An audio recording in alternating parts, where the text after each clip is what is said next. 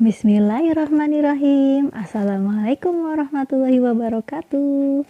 Good morning grade 3. Mudah-mudahan kalian masih dalam keadaan sehat walafiat dan tetap semangat mengikuti PJJ dari rumah. Alhamdulillah, Miss Jan juga dalam keadaan sehat walafiat. Nah, teman-teman, ketemu lagi nih dalam pelajaran bahasa bermuatan IPA. Kali ini kita sudah masuk di tema 3, yaitu tentang benda di sekitarku. Subtema 4, yaitu tentang keajaiban perubahan wujud di sekitarku. Kali ini kita mau belajar apa ya teman-teman? Nah, sebelum belajar, kita baca basmalah dulu yuk. Bismillahirrahmanirrahim. Biar lebih semangat lagi, masih ingat nggak tepuk coronanya? Kita tepuk corona dulu sama-sama yuk.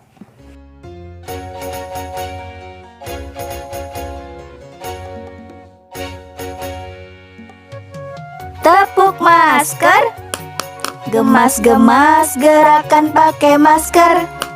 Tutup hidung, tutup mulut dengan masker. Hindari virus ganas si COVID-19. Ayo tutup mulut hidung dengan masker. Tepuk virus corona. Bentuknya seperti bola, berambut dan bernyawa. Hati-hati, jangan terkena virus corona, sangat berbahaya.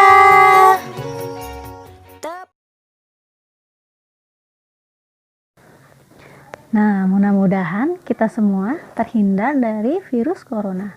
Jangan dilupakan ya 3M-nya. Apa yang pertama? Yang pertama adalah memakai masker jika keluar rumah. Yang kedua adalah selalu mencuci tangan dengan sabun dan air mengalir. Yang ketiga, harus menjaga jarak minimal 1-2 meter.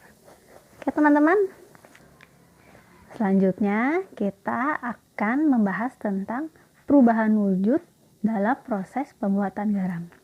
Kalian simak dulu video tentang proses pembuatan garam berikut ini ya. Simak baik-baik ya.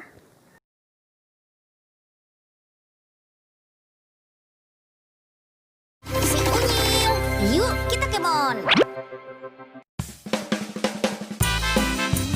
Satu lagi nih, berkah dari pesisir yang disediakan oleh laut. Yap, garam dalam jumlah yang sangat banyak.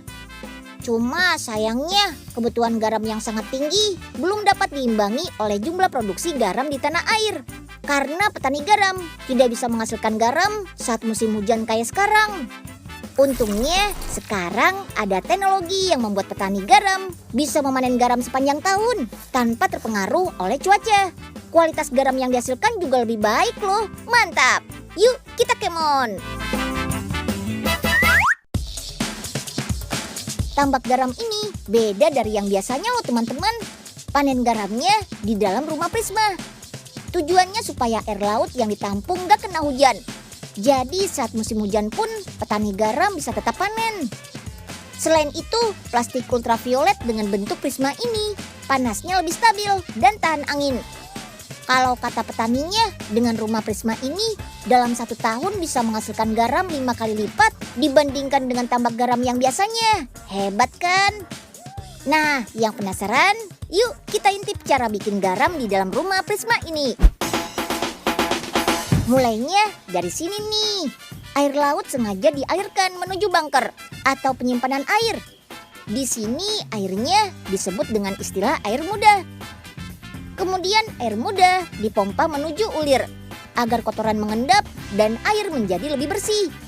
Setelah dari ulir, baru deh air yang sudah bersih masuk ke dalam rumah Prisma. Melalui proses pemanasan, air muda akan berubah menjadi air tua. Proses ini berlangsung selama musim kemarau. Jadi sewaktu musim hujan, stok air tua bisa tetap menghasilkan garam dan bisa panen sepanjang tahun. Kalau pakai cara biasa, masa panennya hanya selama beberapa bulan saja dalam setahun. Sekarang kita lihat ke dalam rumah Prismanya yuk. Ada 2 lantai nih. Bagian bawahnya untuk menampung air tua dan bagian atasnya adalah meja produksi. Di meja produksi inilah berlangsung proses kristalisasi air laut tua menjadi garam. Garam yang dihasilkan rumah Prisma ini terlihat lebih jernih dan masuk kategori garam kualitas premium loh. Jadi nggak cuma meningkatkan produktivitas saja, tapi kualitas garamnya juga jadi lebih baik. Mantap! Kalian menyimak video proses pembuatan garam tadi. Yuk kita simpulkan bagaimana sih proses pembuatan garam. Yang pertama, petani menyiapkan petak-petak tambak garam. Tanah di dalam petak tambak terlebih dahulu harus dipadatkan. Selanjutnya, setelah tambak garam dibuat, lalu tambak diisi air laut dengan kedalaman tertentu. Air laut yang terkena sinar matahari akan menguap dan meninggalkan kristal-kristal garam. Untuk mendapatkan lapisan garam yang tebal, setiap hari harus ditambah air lautnya. Hal ini untuk menggantikan air laut yang menguap. Setelah 210 hari atau setelah musim kemarau berakhir, lapisan garam di dasar tambak pun harus segera dipanen. Selanjutnya, garam yang sudah dipanen lalu dibawa ke pabrik untuk ditambahkan zat iodium. Kalian juga bisa loh membuat garam di rumah. Mau tahu cara membuatnya? Yuk kita siapkan bahan-bahannya. Yang pertama adalah garam dapur. Yang kedua ada air panas. Yang ketiga ada sendok. Dan yang keempat ada piring plastik. Oke, yang pertama adalah kita masukkan garam ke dalam air panas. Nah, kemudian kita aduk-aduk sampai garamnya larut di dalam air panas. Nah, ini sudah larut. Setelah larut, kita tuangkan airnya ke atas piring.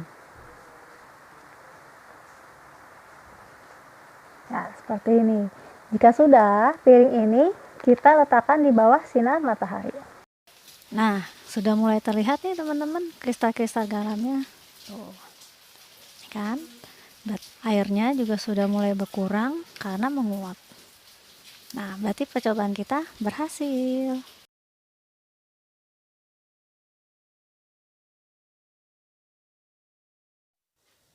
Dalam proses pembuatan garam, perubahan wujud yang terjadi adalah menguap. Menguap adalah perubahan wujud dari benda cair menjadi gas. Proses menguap terjadi ketika air laut yang terdapat pada tambak garam menguap dan meninggalkan kristal-kristal garam. Bagaimana Gretri? Sudah jelas bukan proses pembuatan garam?